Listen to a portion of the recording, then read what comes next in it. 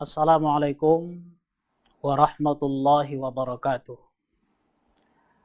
Alhamdulillah. Allahumma salli ala Sayyidina Muhammad wa ala ali Sayyidina Muhammad. Pemirsa Kompas TV,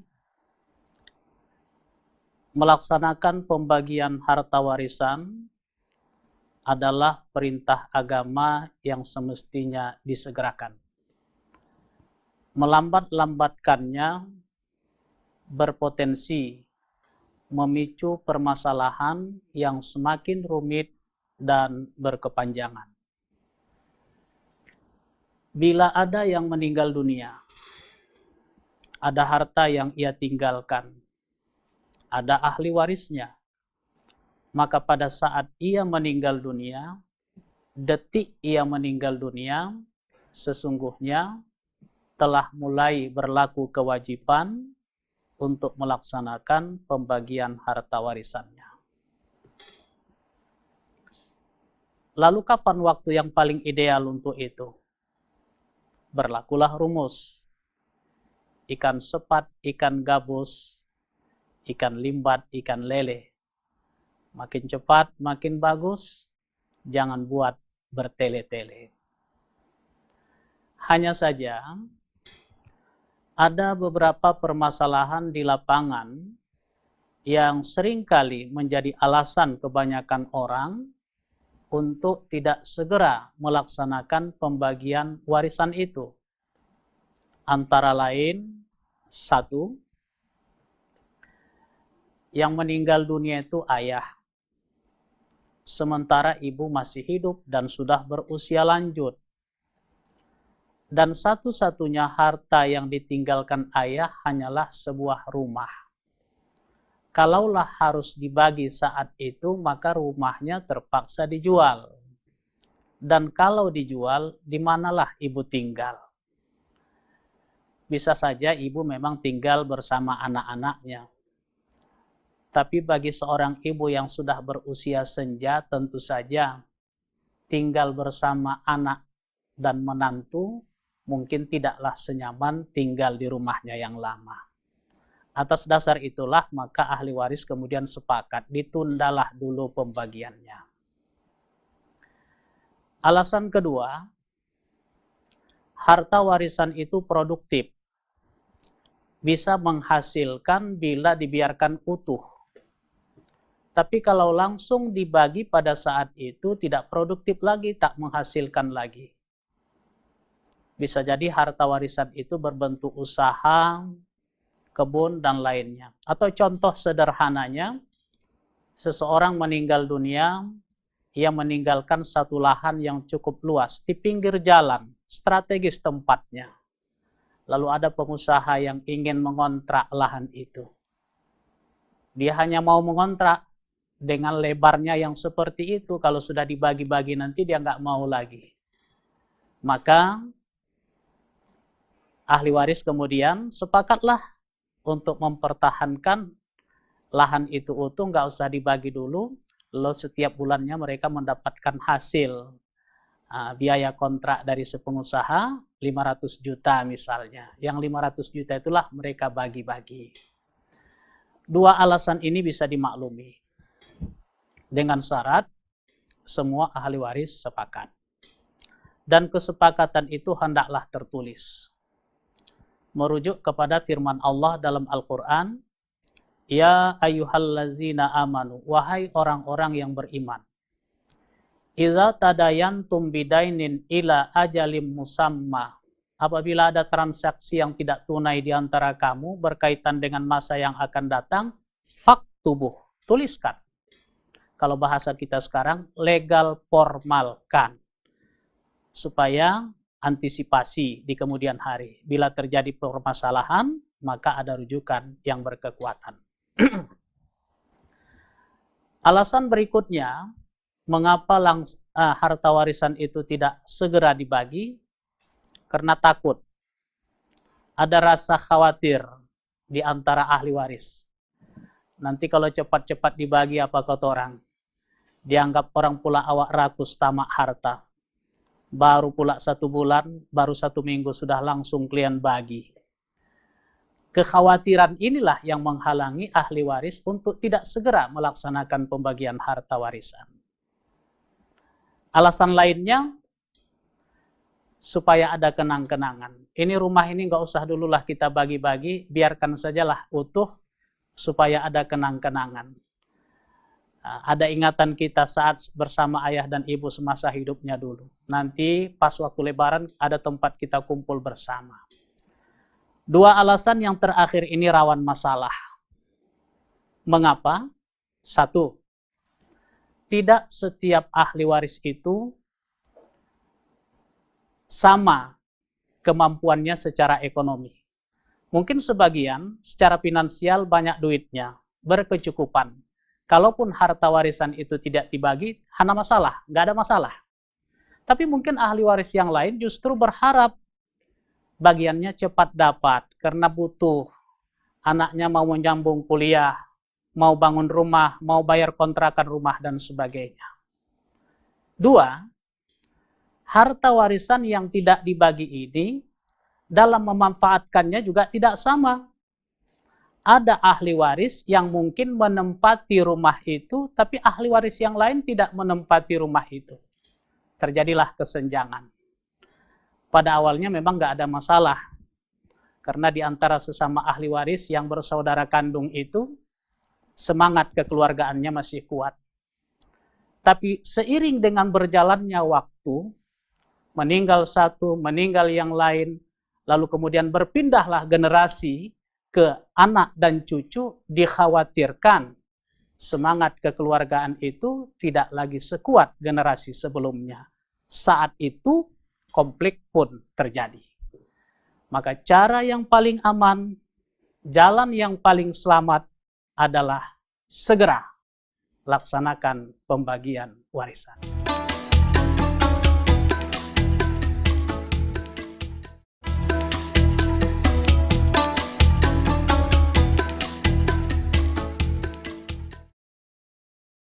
Pemirsa Kompas TV yang berbahagia, apa sesungguhnya harta warisan itu? Harta warisan itu adalah harta yang dimiliki sepenuhnya oleh seseorang semasa hidupnya, dan harta itu masih bertahan, masih utuh pada saat ia meninggal dunia. Misalnya, saya punya sebuah mobil, ada kendaraan. Kemudian sampailah waktunya saya meninggal dunia dan mobil itu masih ada. Maka mobil itu menjadi harta warisan saya. Berpindahlah kepemilikan dari saya kepada ahli waris saya. Bagaimana cara membagi-baginya? Ada tuntunannya di dalam hukum kewarisan Islam atau yang disebut dengan ilmul faraid. Jadi pembagiannya itu terikatlah dengan ketentuan faraid. Tapi harta yang muncul belakangan setelah saya meninggal dunia, walaupun itu ada kaitannya dengan proses meninggal dunianya saya, itu tidak lagi disebut harta warisan. Dan tentu tidak terikat pembagiannya dengan ketentuan faraid. Jadi faraid ini objek bahasannya hanya harta warisan saja. Selain harta warisan, maka faraid tidak mengatur itu. Hukum kewarisan Islam tidak mengatur itu. Contoh, asuransi misalnya. Suatu saat seseorang berkendaraan. Rupanya Allah berkehendak terjadi kecelakaan, meninggal dunia. Keluarlah pertanggungan asuransi 500 juta. Yang 500 juta itu bukan harta warisan karena munculnya belakangan. Lalu cara membaginya bagaimana kepada ahli waris? Ya diserahkan saja apa ketentuan aturan main yang ada pada penyelenggara asuransi yang bersangkutan. Bisa juga berdasarkan kesepakatan. Tapi kalau mungkin ahli waris berkehendak, ya kita bagi sajalah uang pertanggungan asuransi ini sesuai dengan ketentuan faraid, ya juga tidak ada masalah. kalau memang itulah pilihannya. Tapi tidak mesti terikat dengan ketentuan itu. Mengapa? Karena asuransi tadi bukan bagian dari harta warisan. Sama juga dengan uang duka. Seseorang meninggal dunia, banyak sahabatnya, banyak relasinya berdatanganlah dari berbagai daerah. Lantas kemudian terkumpullah uang duka, katakanlah 250 juta. Itu juga bukan harta warisan. Dan pembagiannya tidak terikat dengan pembagian harta warisan. Kemudian pemirsa, di negara kita ini ada aturan, di pengadilan agama dikatakan ada aturan, ada regulasi, istilahnya harta bersama. Jadi kalau ada sepasang suami istri menikah, apapun hasil yang mereka dapatkan, harta yang mereka dapatkan setelah menikah, baik yang mendapatkan itu suami atau mendapatkan itu istri, atau dua-duanya bekerja sama mendapatkan harta itu, baik harta tadi sertifikatnya atas nama suami atau atas nama istri, maka itu menjadi harta bersama. Yang apabila terjadi perceraian, baik cerai hidup atau cerai mati, maka harta itu dibagi dua. Separuh milik suami dan separuhnya milik istri. Jadi dalam kasus misalnya, saya punya istri, punya anak-anak, kemudian selama saya menikah dengan istri saya, katakanlah 25 tahun begitu, adalah harta yang didapatkan, rumah, kendaraan, tanah, dan lain sebagainya. Lantas kalau dihimpun semuanya, dikumpulkan semua, katakanlah 10 M lah harta itu semua. Lantas kemudian saya meninggal dunia. Apakah yang 10 M itu menjadi harta warisan? Jawabannya tidak. Yang menjadi harta warisan saya hanyalah yang menjadi hak saya di 10 M tadi. Karena 10 M itu, 10 miliar itu harta bersama, yang menjadi hak saya di situ hanyalah 500 juta, 10 M ya. 5M saja. 5M lagi itu mutlak menjadi bagian istri saya. 5M yang menjadi bagian saya itu jadilah harta warisan karena saya sudah meninggal dunia. Dan istri saya, dia masih mendapatkan 1/8 dari 5M harta warisan saya. Selebihnya tentu untuk anak-anak saya. Begitu juga sebaliknya. Kalau istri saya yang meninggal dunia, maka harta kami yang ada dibagi dua, separuh bagian dia, separuh bagian saya. Bagian istri saya yang sudah almarhumah menjadi harta warisan, karena saya juga ahli waris, maka saya juga mendapatkan bagian dari harta warisan almarhumah istri saya. Itu ketentuan, regulasi yang berkekuatan hukum di negara kita. Aturan yang berlaku di pengadilan agama.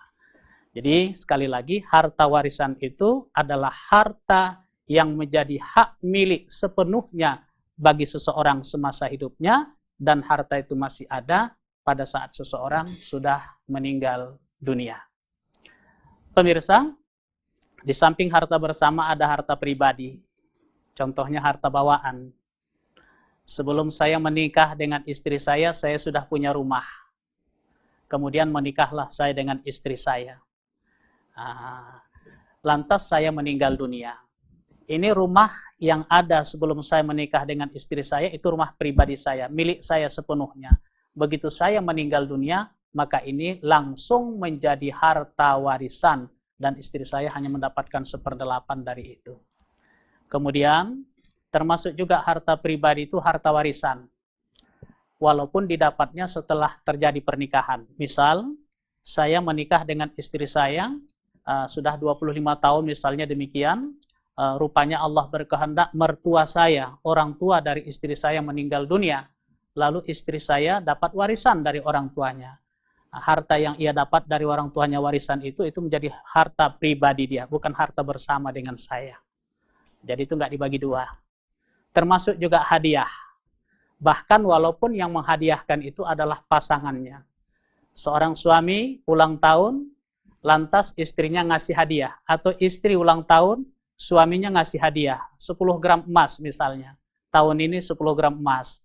Tahun depan ulang tahun lagi istrinya 10 gram emas. Sampai 10 tahun 100 gram emas. yang 100 gram emas itu menjadi milik pribadi dari yang menerima hadiah, bukan harta bersama dengan pasangannya. Nah, jadi itu tadi, kalau harta bersama, ada yang meninggal dunia, harta itu dibagi dua dulu.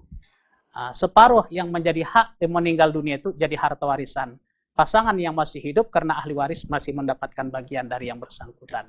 Tapi kalau harta pribadi, meninggal dunia si pemiliknya langsung menjadi harta warisan semuanya.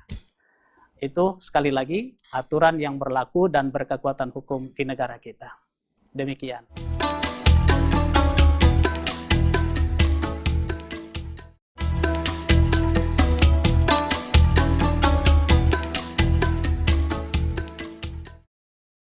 Pemirsa,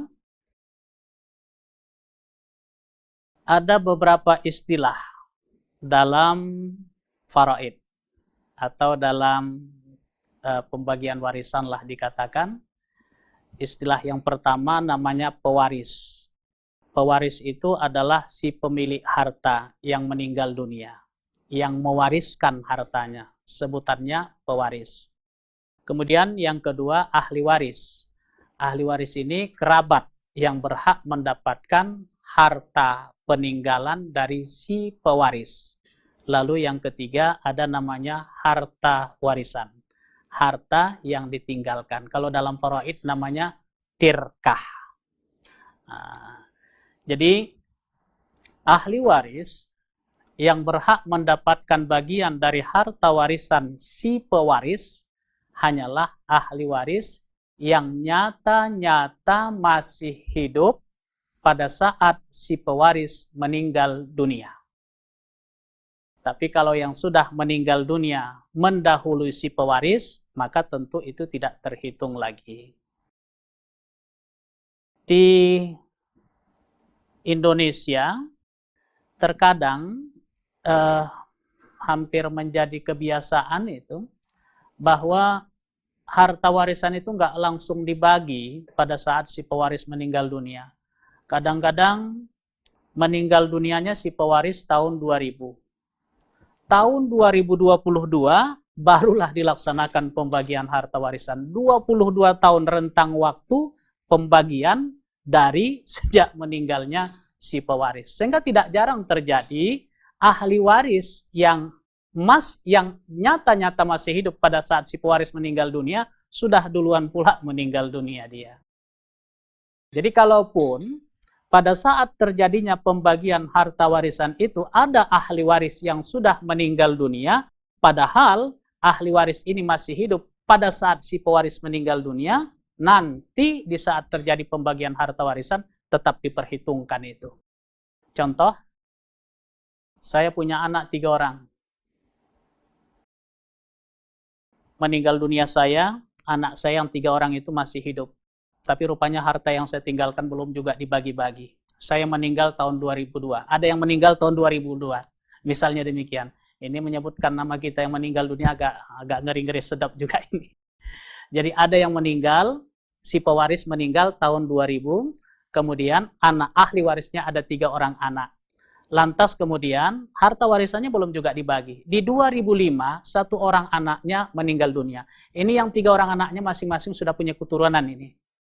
Kemudian di 2010 barulah dilaksanakan pembagian harta warisan. Barulah dibagi-bagi harta warisan itu. Maka ahli waris yang sudah meninggal di tahun 2005, bagiannya harus tetap diberikan dan tidak berkurang dari ahli waris yang masih hidup 2 orang itu. Lalu hak dia tentu saja diberikanlah kepada keturunannya. Jadi untuk menentukan siapa yang berhak mendapatkan bagian dari harta warisan itu adalah dilihat pada saat si pewaris meninggal dunia. Berapa ahli warisnya, itulah yang terhitung. Jadi ukurannya bukan pada saat dilaksanakan pembagian harta warisan, tapi hitungannya adalah dilihat pada saat si pewaris meninggal dunia. Termasuk dalam kaitan agama. Karena memang dalam hadis disebutkan Rasulullah bersabda, la yarithul muslimul kafir walal kafirul muslim. Seorang muslim tidak mewarisi dari orang kafir dan orang kafir pun tidak mewarisi dari orang muslim. Ikhtilafuddin, perbedaan agama itu menghalangi terjadinya kewarisan. Jadi cara menghitungnya itu pada saat si pewaris meninggal dunia. Apa posisi ahli waris pada saat si pewaris meninggal dunia, itulah patokannya. Bukan dilihat apa posisi agama si ahli waris pada saat dilaksanakan pembagian harta warisan. Contoh, saya meninggal dunia, anak saya 3 orang. Pada saat saya meninggal dunia, posisi anak saya, ahli waris saya yang 3 orang itu, Muslim semua. Kemudian, 2005, tahun 2005, salah seorang anak saya murtad, keluar dari Islam. Kemudian, di tahun 2010, disitulah dibagi-bagi harta warisan. Pertanyaannya, apakah anak saya yang sekarang di tahun 2010 sudah non-muslim, bukan muslim lagi, hilang haknya untuk mendapatkan harta warisan saya? Jawabannya tidak. Tetap diberikan hak dia dan sama dengan saudaranya yang muslim itu. Mengapa? Karena pada saat saya, si pewaris meninggal dunia, posisi agamanya muslim. Kemudian kita balik. Pada saat saya meninggal dunia, posisi agama anak saya yang 3 orang, 2 orang muslim, 1 orang non-muslim. 2005, yang non-muslim itu masuk lagi ke dalam Islam. 2010 dilaksanakan pembagian harta warisan. Posisi agama anak saya di 2010 sama-sama muslim 3-tiganya. Pertanyaannya, apakah ketiga-tiganya mendapatkan bagian warisan dari saya? Jawabannya tidak. Yang mendapatkan bagian warisan dari saya hanyalah 2 orang anak saya muslim pada saat saya meninggal dunia. Sedangkan yang non-muslim pada saat saya meninggal dunia, gugur haknya untuk mendapatkan harta warisan. Prinsip keadilan dalam pembagian harta warisan menurut Islam adalah, menurut Al-Quran maksud saya adalah, lizzakari mithlu hazzil unthayain. Bagian 1 orang anak laki-laki sama dengan bagian 2 orang anak perempuan. Jadi, anak laki-laki dihitung 2 bagian, anak perempuan dihitung 1 bagian. Misal, saya meninggal dunia, anak saya ada 2 orang, 1 laki-laki, 1 perempuan. Harta yang saya tinggalkan ada 6 miliar misalnya. Maka anak saya yang laki-laki dihitung 2, anak saya yang perempuan dihitung 1. Maka 6 miliar tadi dibagi 3. 2/3 atau 4 miliar untuk anak saya yang laki-laki, kemudian 2 miliar atau 1/3 itu untuk anak saya yang perempuan. Kalau anak saya ada 3 orang, 2 laki-laki, 1 perempuan, harta yang saya tinggalkan 10 miliar misalnya, maka masing-masing laki-laki dihitung 2. 2, 2, 1, berarti 5. Yang 10 miliar tadi dibagi 5. 2/5, 2/5 untuk masing-masing anak laki-laki, 1/5 untuk anak perempuan. 4M, 4M, 2M. Ada pertanyaan. Ustadz, bagaimana kalau harta warisan itu dibagi rata saja? Laki-laki dan perempuan sama bagiannya. Apakah boleh harta warisan itu dibagi rata? Kalau dalam bahasa fikih, sebutannya as-sulh, bagi secara damai. Membagi-bagi harta warisan secara damai, katakanlah berbagi rata antara laki-laki dan perempuan, dimungkinkan apabila memenuhi syarat. Minimal ada 2 syarat yang harus terpenuhi. 1, semua ahli waris tahu dulu bagian masing-masing berdasarkan ketentuan faraid. Setelah bagian masing-masing tahu bagiannya berdasarkan ketentuan faraid, lantas kemudian ikhlas berbagi rata. Terutama yang bagiannya paling banyak, ikhlas berbagi rata. Karena dengan berbagi rata, secara tidak langsung, ia telah menghibahkan sebagian haknya kepada yang lain. La yahillu malum ri'im muslim illa bitibi nafsim min. Tidak halal harta seorang muslim, kecuali ada keridhaan, ada keikhlasan dari yang bersangkutan. Kalau ikhlas, itu tadi, kita ulangi, ada 2 syarat tadi. Yang pertama, tahu bagian dulu berdasarkan ketentuan faraid. Yang kedua, ikhlas berbagi sesuai dengan kesepakatan atau perdamaian atau bagi rata misalnya. Terpenuhi 2 syarat, silahkan.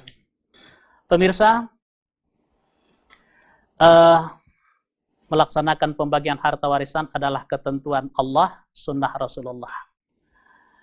menyegerakan pembagian harta warisan adalah langkah yang paling aman, jalan yang paling selamat untuk menghindari permasalahan yang berkepanjangan di kemudian hari. Tidak jarang konflik persaudaraan berawal dari tidak selesainya pembagian harta warisan. Dengan menyegerakan pembagian harta warisan, mudah-mudahan akan membawa kedamaian, kenyamanan, ketentraman. Demikian, mudah-mudahan bermanfaat. Assalamualaikum warahmatullahi wabarakatuh.